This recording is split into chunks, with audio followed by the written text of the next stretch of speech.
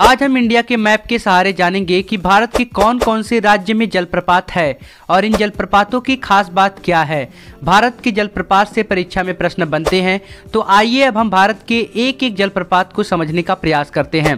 पहला है चुलिया जलप्रपात। यह जलप्रपात राजस्थान के कोटा जिले में है, जो चंबल नदी पर स्थित है। इसकी ऊंचाई महज 18 मीटर ही है, लेकिन फिर भी इस जलप्रपात को देखने लाखों लोग आते हैं। दूसरा है धुआंधार जलप्रपात, जो मध्य प्रदेश में नर्मदा नदी पर स्थित है। यह बहुत ही सुंदर जलप्रपात माना जाता है, क्योंकि जब यह गिरती है तो धुआं के जैसा इसके पानी की बौछारें नजर आती हैं। अगला है या फिर कहें तीसरा है कि हुंडू घाघ जलप्रपात। क्या है हुंडू घाघ जलप्रपात?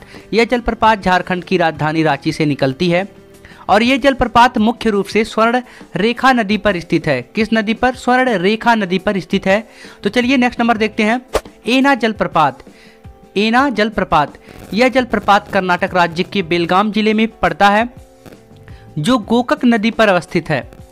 हम इसकी ऊंचाई की बात करें तो इसकी ऊंचाई लगभग 54 मीटर है। कितनी मीटर है? 54 मीटर है। यह पर्यटकों के लिए आकर्षण का केंद्र भी है। अगला है जोग जलप्रपात। यह महाराष्ट्र व कर्नाटक की सीमा पर शरावती नदी पर स्थित है। किस नदी पर? शरावती नदी पर स्थित है। यह भारत का सबसे ऊंचा जलप्रपात है, जो लगभग 4 जलप्रपातों से मिलकर बना है। अगर हम इसकी ऊंचाई की बात करेंगे तो इसकी ऊंचाई लगभग 250 मीटर है। यह कर्नाटक राज्य में यह पर्यटन का मुख्य केंद्र ये भी है।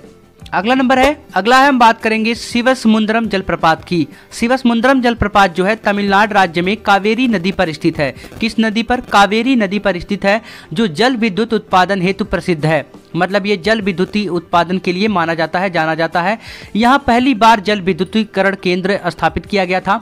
यह भारत का दूसरा सबसे ऊंचा जलप्रपात है और यहाँ भी लोग पर्यटन के रूप में यहाँ पर लोग देखने आते हैं। शिवसमुद्रम जलप्रपात कहाँ पर है? तमिलनाडु राज्य में कावेरी नदी पर स्थित है। अगला नंबर है पायकारा जलप्रपात। क्या है पायकारा जलप्रपात? यह नीलगिरी पहाड़ियों में पायकारा नदी पर स्थित है। यह नीलगिरी की पहाड़ियों में पायकारा नदी पर स्थित है। कौन सा जलप्रपात? पायकारा जलप्रपात, जो जल विद्युत उत्पादन के लिए बहुत ही ज्यादा उपयोगी है।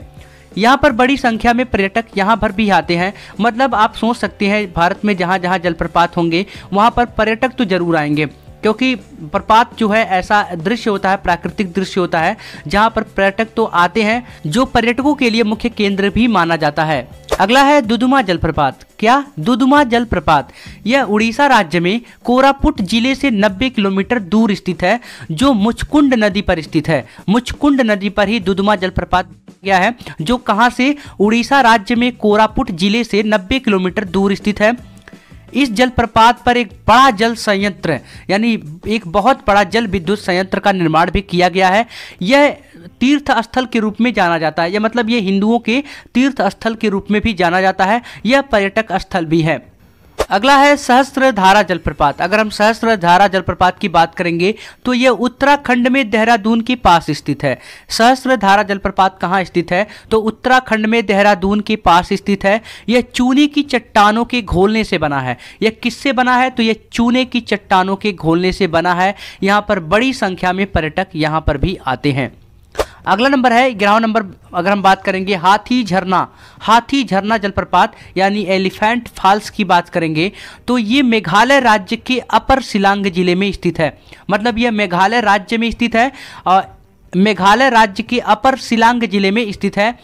हाथी के चेहरे के समान नजर आने के कारण अंग्रेजों ने इस वाटरफॉल का नाम एलिफेंट वाटरफॉल रखा। इसे देखने के लिए भी बहुत ही बड़ी संख्या में जो है दर्शक लोग आते रहते हैं। भारत में दर्शक लोग आते रहते हैं। तो भारत के किस राज्य में? मेघालय राज्य में हाथी झरना जो है जलप्रपात स्थित है। अगला नंबर है राजप्पा जलप्रपात। राजप्पा जलप्रपात ये कहाँ स्थित है? तो ये झारखंड जिले में स्थित है। राजप्पा जलप्रपात की अगर हम बात करेंगे तो ये भारत के किस राज्य में स्थित है? तो ये झारखंड राज्य में स्थित है। जब हम मैप के सहारे पढ़ते हैं तो इसे पढ़ना और समझना आसान हो जाता है। दोस्तों, हम भारत के जितने भी प्रमुख जलप्रपात थे उसको हमने इस वीडियो में जाना। इसी के साथ हम आपसे एक प्रश्न पूछते हैं। हमें पूरा विश्वास है कि आप इसका जवाब कमेंट बॉक्स में जरूर बताएंगे।